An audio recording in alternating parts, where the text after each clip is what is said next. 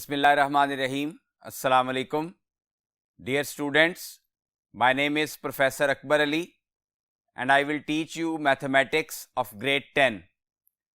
Today our topic is sets.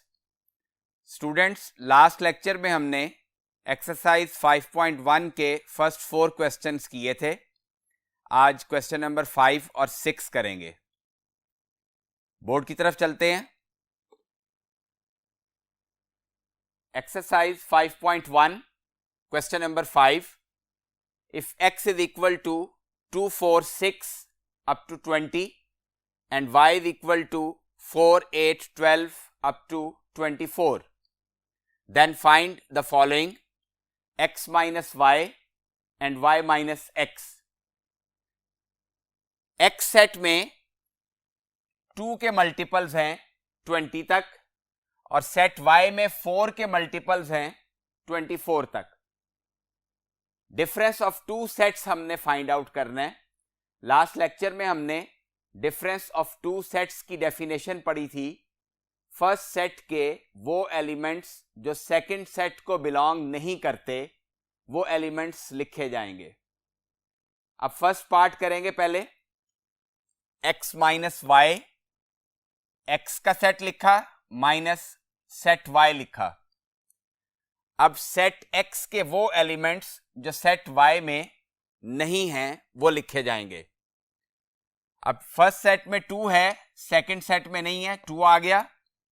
Then 4 इस set में भी है, इसमें भी है, 4 नहीं लिखेंगे.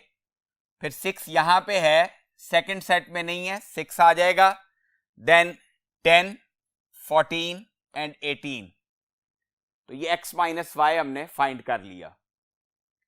अगर आप इसको मजीद आसान करना चाहते हैं तो आप इस सेट के तमाम एलिमेंट्स जो मिसिंग हैं उनको भी रफ में लिख के चेक करके तो फिर आप ये वाला सेट लिख सकते हैं. और अगर सोल्यूशन में भी वो तमाम एलिमेंट्स लिखना चाहें तो लिखे जा सकते हैं. अब second part y minus x. पहले सेट y लिखा माइनस सेट x लिखा. अब चूंकि सेट y में तमाम 4 के मल्टीपल्स हैं तो वो डेफिनेटली 20 तक तमाम के तमाम सेकंड सेट में मौजूद हैं. तो इसलिए y माइनस एक्स में सिर्फ और सिर्फ एक एलिमेंट आएगा जो कि 24 होगा. MCQs के हवाले से एक यहां पे बड़ा इंपॉर्टेंट पार्ट है, singleton set. The set which has only one element is called singleton set. तो जैसे इस सेट में एक एलिमेंट है तो इस सेट को हम सिंगलटन सेट कहेंगे. नेक्स्ट बोर्ड पे चलते हैं. Question number 6. If a is equal to n, n means natural numbers, and b is equal to w, w means whole numbers, then find the value of a minus b, b minus a. Question difference of two sets का ही है, लेकिन ये सिर्फ इसलिए मैं करवा रहा हूं कि यहां पे सेट के एलिमेंट्स नहीं दिए हुए. तो सबसे पहले हम सेट a जो कि नेचुरल नंबर्स का है वो नेचुरल नंबर्स लिख लेंगे. नेचुरल नंबर स्टार्ट होते हैं 1 से, तो सेट a में 1, 2, 3 एंड सो ऑन. क्योंकि तमाम नेचुरल नंबर्स का सेट है, इसकी कोई लिमिट नहीं है, तो इसलिए ये इन्फिनिट सेट होगा, इसकी कोई लिमिट नहीं होगी. इसी तरह सेट बी के एलिमेंट्स लिखेंगे और वो तमाम के तमाम होल नंबर्स हैं. तो होल नंबर स्टार्ट होते हैं 0 से, तो 0, 1, 2, 3 एंड सो ऑन.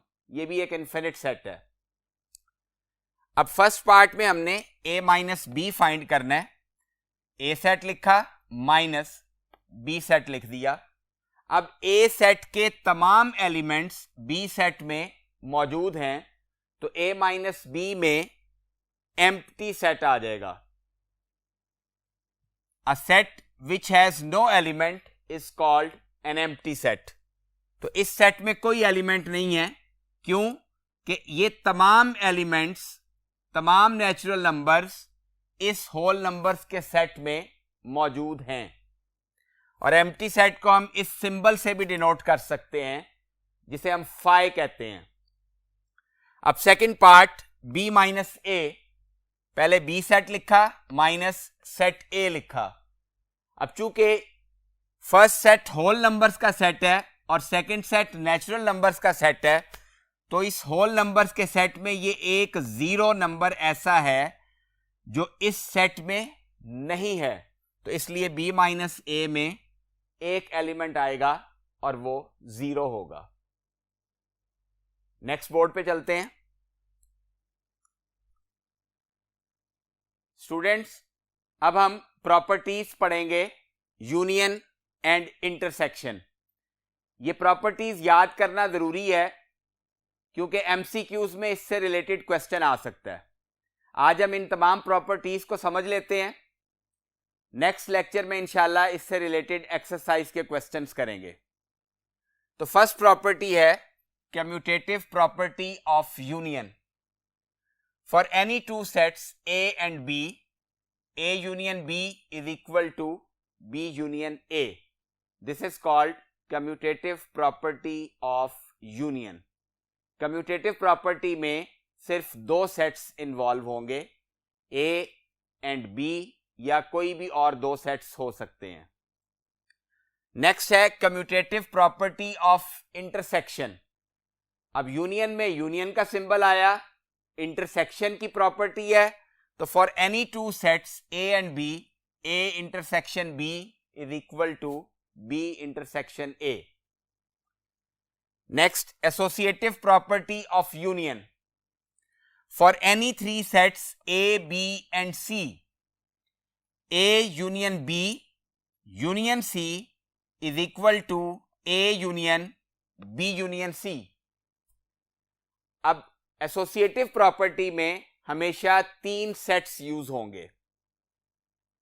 इसी तरह associative property of intersection, for any three sets A B and C, A intersection B intersection C is equal to A intersection B intersection C.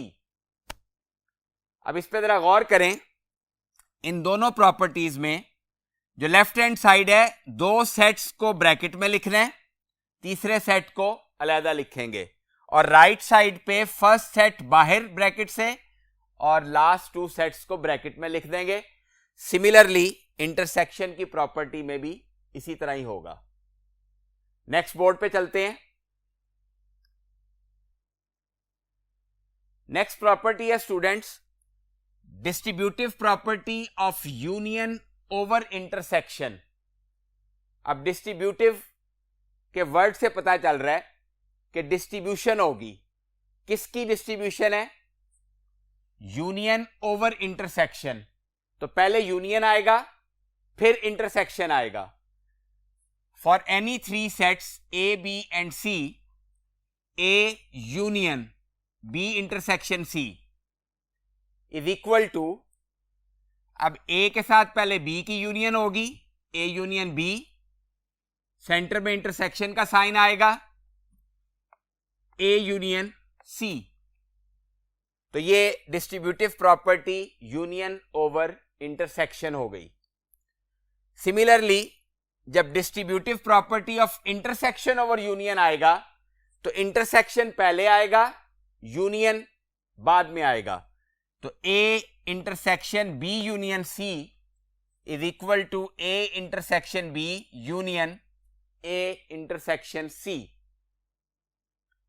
और last में De Morgan's laws, for any two sets A and B, दो De Morgan's laws होते हैं, A union B whole complement is equal to A complement intersection B complement. और दूसरे law में A intersection B complement is equal to A complement union B complement. इनको याद करने का इंतहाई आसान तरीका यह है कि फर्स्ट लॉ में देखें ब्रैकेट में यूनियन है और जब इंडिविजुअल कॉम्प्लीमेंट्स लिए गए हैं तो इंटरसेक्शन का सिंबल यूज हो रहा है।